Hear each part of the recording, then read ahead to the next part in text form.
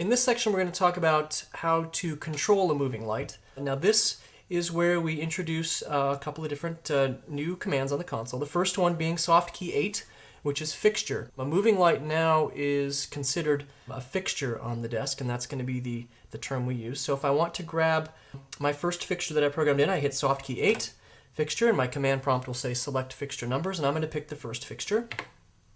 And now what's going to happen is I'm going to get a window that's going to pop up here, and I'm going to get all of my parameters that are available to me on this particular fixture. Things like intensity, color, gobo rotate, pan, tilt, all of those things. Now the way we move around this little display is using the arrow keys. Using the left and right arrows, you can see which value is highlighted.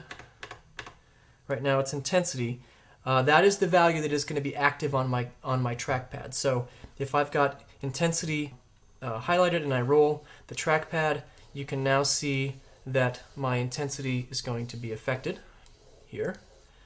And the same will be true as if I move through to, say, color. I can change the color. Now you notice here on the screen I have a fixture, and what's happened is the console has blocked out groups of 18 channels. That represents one fixture. What's nice about this is that I don't need to know that channel 115 is intensity of my first light. I just page over or use my arrows to go to intensity, and I can roll it with my trackpad. So it's a nice kind of convenient way that I don't have to remember all those channel numbers.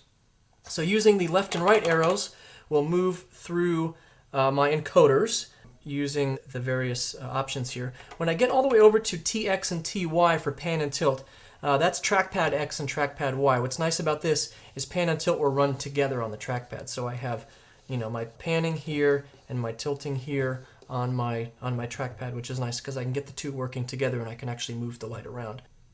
Now, there are actually more parameters that I can control on my moving lights than what are showing here, and that's using my up and down arrows. So you can see right now I'm in page 1 of my encoders. If I use the up arrow or the down arrow, I can page between one of 6 pages, and on page 2 I get additional commands like another pan and tilt, or I can go and affect focus. So this is how I'm going to address each of my parameters for my lights.